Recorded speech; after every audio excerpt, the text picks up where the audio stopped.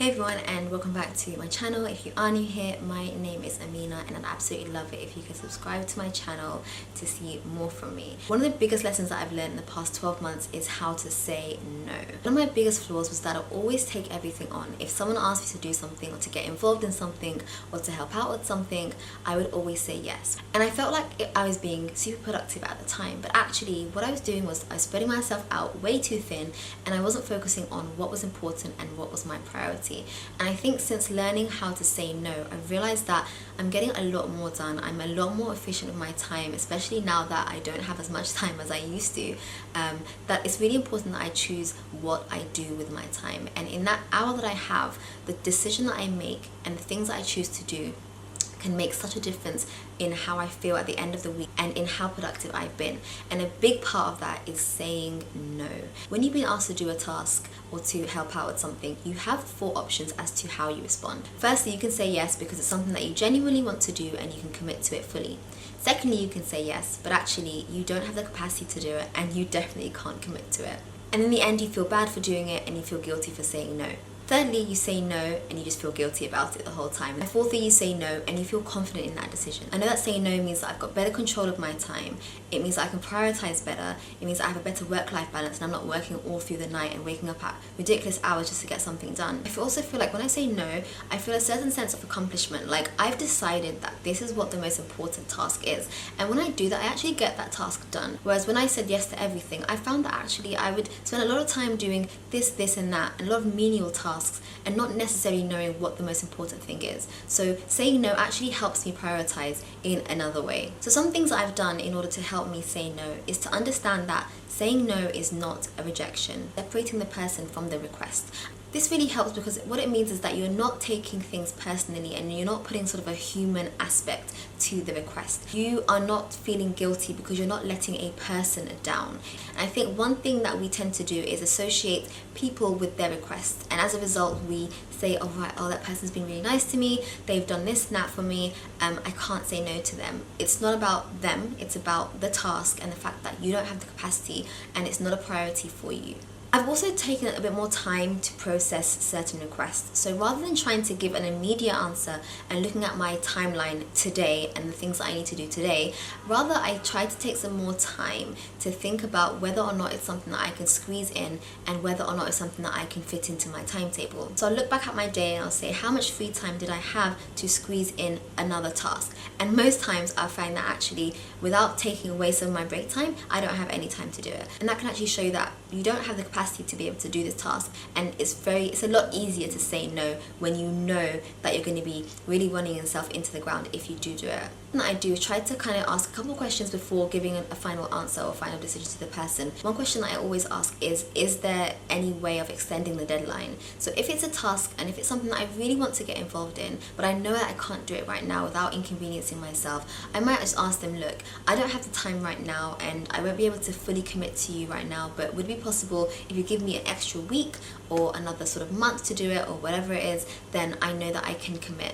Is that a possibility? If they say no, it's a really hard deadline of Sunday, and I know that I can't, then it makes it a lot easier for me to say no because I know that it will be, I'll be kind of giving myself a lot of stress by doing it and there wasn't any flexibility with it.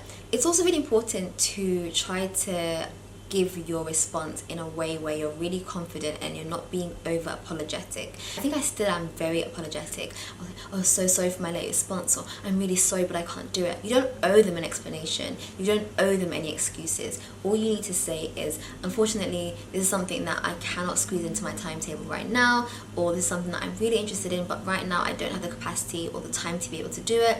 Just something where you are just saying, right, time is a limiting factor.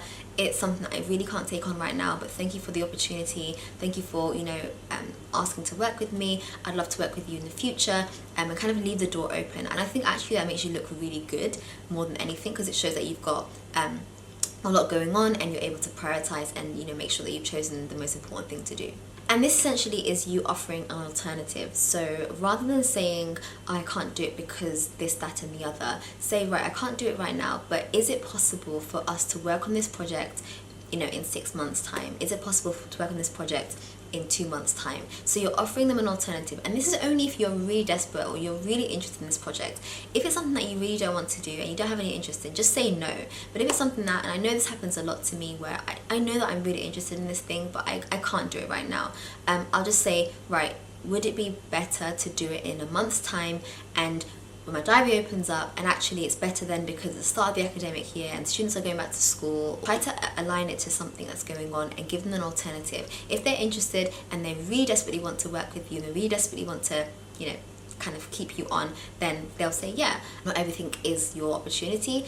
Opportunities come, opportunities go, better opportunities arise.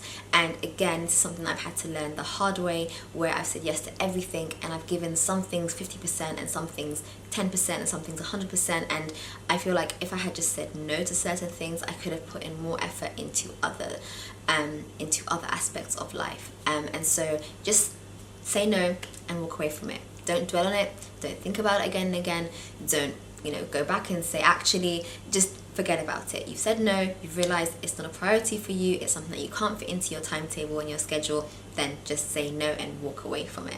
So speaking of using your time wisely, this video has been sponsored by Skillshare.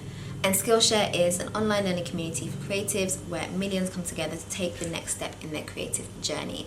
And I've been using this platform for a little while now. As you probably know, I've talked about it a lot on this channel. It's a great place to be able to learn a new skill, or even just to deepen the passions and the skills that you already have, and to learn in a slightly different way and to sort of unlock your creativity. As someone with a YouTube channel and a platform and Instagram, I feel like I need to learn how to market my content a bit better, and I've found quite a few classes that are really handy, really useful for this on Skillshare.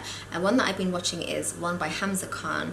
It's called Do Things, Tell People, The Power of Personal Branding. Everything from kind of creating a personal website, for identifying your brand perception, and even as far as engaging meaningfully, so how to reply to comments and how to respond to you guys' requests. If you are interested in the Skillshare premium membership, then the first 1,000 subscribers that click on the link in my description down below, we're getting a 2-month free premium membership. If you're someone that's always wants to start a channel or maybe start an Instagram, then it's definitely a great place to start to learn how to maybe brand and how to market yourself in the right way. Let me know if you found saying no challenging, and if you have been able to overcome the saying no barrier as I have recently, and let me know what your best tip was and sort of how you managed to do that.